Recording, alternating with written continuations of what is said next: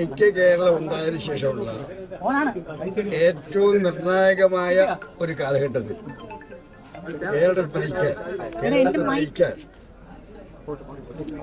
തെക്കേ ഇന്ത്യയിലെ ഒന്നാമത്തെ സ്റ്റേറ്റായി വികസന കാര്യത്തിലും ജനക്ഷേമ കാര്യത്തിലും ഒന്നാമത്തെ സ്റ്റേറ്റായി കേരളത്തെ നയിക്കാനുള്ള നിയോഗം കോൺഗ്രസ് പാർട്ടി UDF PD സദസ്സ് നൽകിയതിൽ ഞാൻ അതിയായി സന്തോഷിക്കുന്നു. കോൺഗ്രസ് തുടർന്ന് മുഖ്യമന്ത്രിയായും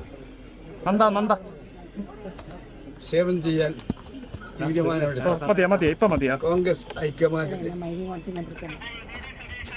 ഇന്ത്യയിലെ ജീവിച്ചിരിക്കുന്ന ഏറ്റവും അനുഭവ സമ്പത്തുള്ള ഏറ്റവും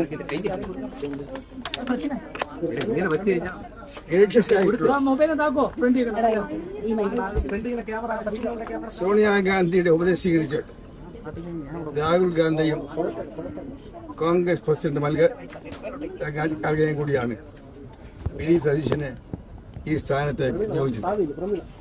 ഞാൻ ആ തീരുമാനത്തെ പൂർണ്ണമായി പിന്താങ്ങുന്നു, സന്തോഷത്തോട് സ്വീകരിക്കുന്നു. സതീശന് എല്ലാവിധ പിന്തുണയും ഞാൻ വാഗ്ദാനം ചെയ്യുന്നു. അടുത്ത 5 വർഷക്കാലം കേരളത്തിന്റെ ഒരു സുവർണകാലമായി മാറട്ടെ ഞാൻ ആശംസിക്കുന്നു. ഒറ്റ കാര്യം മാത്രമേ ഉള്ളൂ, 2001 ഇതിന് സമാനമൊന്നും ഞാൻ പറയുന്നില്ല.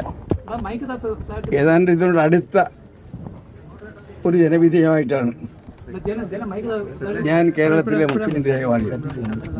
ആ കാലത്തും വലിയ ആരവവും മാധ്യമ പിന്തുണയും എനിക്കുണ്ടായിരുന്നു. പക്ഷെ കുറെ കഴിഞ്ഞപ്പോൾ ആരവങ്ങൾ കെട്ടടങ്ങി, മാധ്യമങ്ങൾ എനിക്കെതിരെ തിരിഞ്ഞു. കാരണം അന്നത്തെ ഗവൺമെന്റ് അന്നത്തെ സാഹചര്യത്തിന് പരിഹാരം ഉണ്ടാക്കാൻ എടുത്ത തീരുമാനങ്ങളായിരുന്നു. കേരളം സാമ്പത്തികമായി തകർന്ന പാപ്പരായി.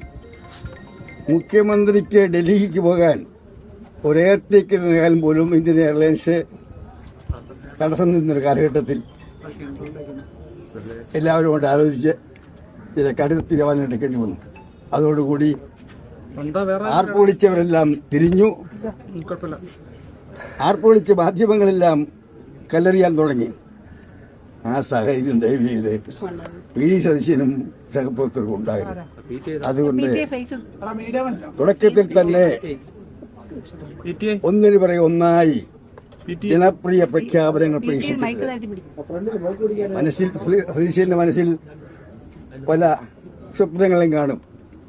അത് പൂർണ്ണമായി എനിക്കറിയില്ല, എന്തെങ്കിലുമൊക്കെ പ്രഖ്യാപിക്കും. പക്ഷെ തുടക്കത്തിൽ ഒന്നിനു പിറകെ ഒന്നായി ജനപ്രിയ പ്രഖ്യാപനങ്ങൾ പ്രതീക്ഷിക്കരുത്. കുറച്ച് കൊടുക്കേണ്ടി വരും,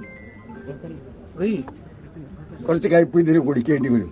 ആ ഘട്ടത്തിൽ കുറച്ചുകൂടി കേരളത്തിന് യാഥാർത്ഥ്യമുണ്ട്. കാരണം ഇത് പാപ്പരായ സംസ്ഥാനമാണ്. 2001 ഞാൻ മുഖ്യമന്ത്രിയായിരുന്ന അവസരത്തേക്കാൾ 10 ഇരട്ടി, അതിനേക്കാൾ 10 ഇരട്ടി കൂടുതൽ സാമ്പത്തികമായി തരിപ്പണമായ ഒരു സംസ്ഥാനമാണ്. ആർക്കും അറിയില്ല കേരളത്തിൽ ഇന്നത്തെ സാമ്പത്തിക സ്ഥിതി.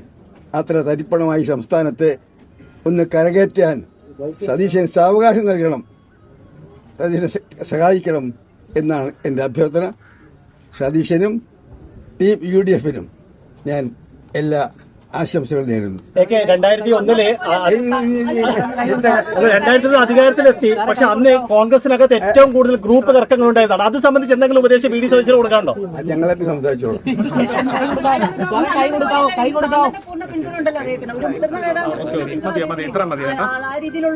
ഏതെങ്കിലും നേതാവിന്റെ പിന്തുണ മാത്രം ഒന്നുകൂടെ കൈ കൊടുക്കാവോ സാർ? ഭരണാധികാരിക്ക് കൊണ്ടുപോകാൻ സാധിക്കും. മൈക്ക് മാറ്റാവോ?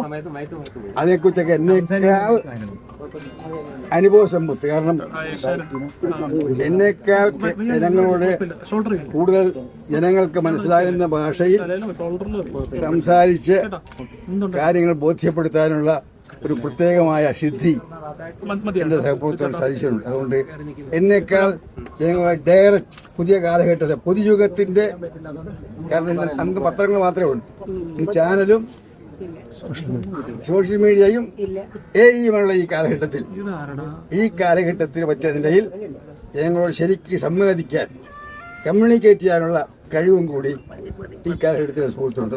അദ്ദേഹം അതിനേക്കാൾ ചെയ്യും.